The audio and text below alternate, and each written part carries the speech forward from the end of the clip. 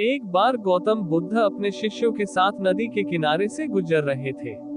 शाम का समय था, सूर्यास्त हो रहा था। डूबता हुआ सूरज अपनी लालिमा से वातावरण को आकर्षक बना रहा था।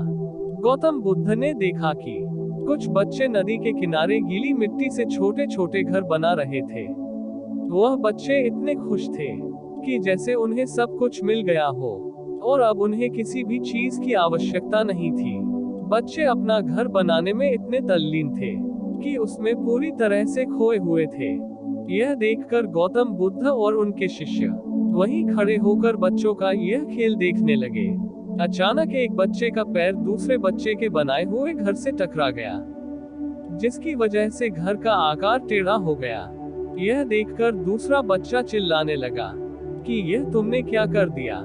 तुम्हें पता है क्या, मैंने यह घर इतनी मेहनत से बनाया था। आज के बाद तुम मेरे दोस्त नहीं। मेरी और तुम्हारी दोस्ती आज से खत्म। इसके बाद दूसरा बच्चा अपना घर बनाने लगता है। थोड़ी देर के बाद बच्चों की माताएं आती हैं, जो नदी में कपड़े धो रही थी। वह बच्चों को आकर कहती हैं कि चलो बच्चों, शाम का समय हो गया है, अब अपने घर चलो। इतना सुनते ही वह बच्चे अपने बनाए हुए मिट्टी के घरों के ऊपर कूद कूद कर तोड़ने लगे। वह सारे बच्चे अपने बनाए हुए मिट्टी के घरों के ऊपर कूद रहे थे। जो बच्चे थोड़ी देर पहले तक मेरा घर, तेरा घर कर रहे थे, उनमें से अब किसी को भी यह सुध नहीं थी कि कौन किसका घर तोड़ रहा है। थोड़ी देर तक उछल कूद करने के बाद वह बच्चे एक दूसरे के कंधे पर हाथ रखकर मस्ती मजाक करते हुए चले गए। जब तक उन बच्चों ने यह माना हुआ था कि यह घर उनके हैं, तो उनके बीच में लड़ाइयां भी हो रही थी, उनकी दोस्ती भी टूट रही थी। लेकिन जैसे ही बच्चों को पता चला कि रात होने वाली है और उनके असली घर जाने का समय आ गया है, तो बच्चों का मिट्टी के घर के प्रति मोह समाप्त हो गया और उन्होंने खुद ही घरों को कूद कूद के तोड़ा और खेलते कूदते अपने घर वापस चले गए। इस घटना को गौतम बुद्ध और उनके शिष्य बड़े ध्यान से देख रहे थे, लेकिन जाते हुए बच्चों को देखकर गौतम बुद्ध मुस्कुराने लगे। तो शिष्यों ने बुद्ध से मुस्कुराने का कारण पूछा।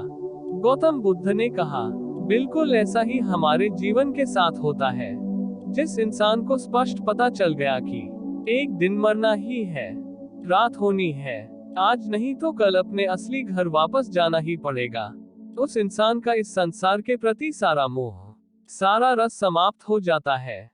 जैसे जब उन बच्चों को यह महसूस हो गया कि यह तो उनकी बनाई हुई दुनिया थी, जिसमें वह कुछ देर के लिए खो गए थे, उनका असली घर तो कहीं और है, तो उन्होंने अपने बनाए हुए मिट्टी के घरों को तोड़ दिया और उनसे मुक्त हो गए। गौतम बुद्ध ने कहा कि लोग मुझसे पूछते हैं कि संसार से मुक्ति कैसे मिलेगी, जबकि तुम्हें मुक्त होने की जरूरत नहीं है, तुम पहले से ही मुक्त हो। यह तो बस तुमने मान लिया है कि तुम दुनिया से जुड़े बैठे हो। यह जीवन तो एक सपना है जिसे तुम सच मानकर जिए चले जा रहे हो, लेकिन यह सपना भी एक दिन टूट ही जाएगा, क्योंकि सभी सपने अंत में टूट जाते हैं। यह भी टूट जाएगा। जब तक उन बच्चों ने अपने आप को मिट्टी के घरों से जोड़ रखा था, उनको अपना माना हुआ था, तब तक उनके मन में यह भय भी बैठा हुआ था कि कहीं यह टूट ना जाए, कोई इनको नुकसान ना पहुंचा दे। लेकिन जैसे ही रात होने को आती है, उन बच्चों का अपने असली घर जाने का समय आता है, तो उनका मिट्टी के घरों के प्रति सारा भय, सारा प्रेम समाप्त हो जाता है। यह जीवन भी ऐसा ही है। वह सारी चीजें जिनके लिए तुम डरे हुए रहते हो, चिंतित रहते हो, जुड़ाव महसूस करते हो, वह सब एक सपना है जिसमें तुम जिए चले जा रहे हो, और यह सपना किसी भी क्षण टूट सकता है। जिन चीजों को, लोगों को तुम अपना मानते हो, वह तुम्हारे हैं ही नहीं। यह तो सिर्फ तुम्हारा भ्रम है, और दुनिया में लाखों लोगों का यह भ्रम रोज टूटता है। तुम्हारा भ्रम भी एक दिन टूटेगा।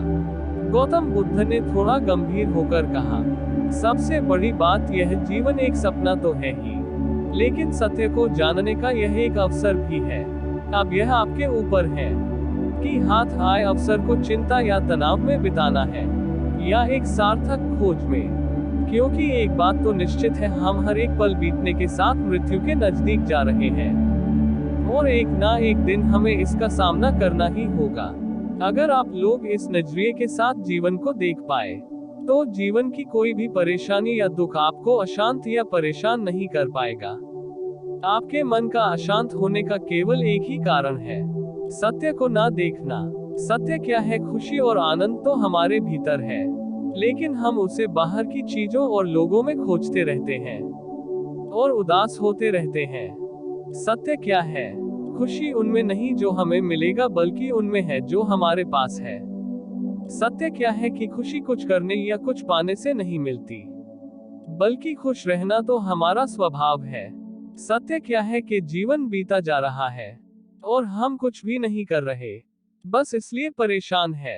इसलिए दोस्तों, हमारा सपना टूटे उससे पहले हमें सत्य की खोज कर लेनी चाहिए।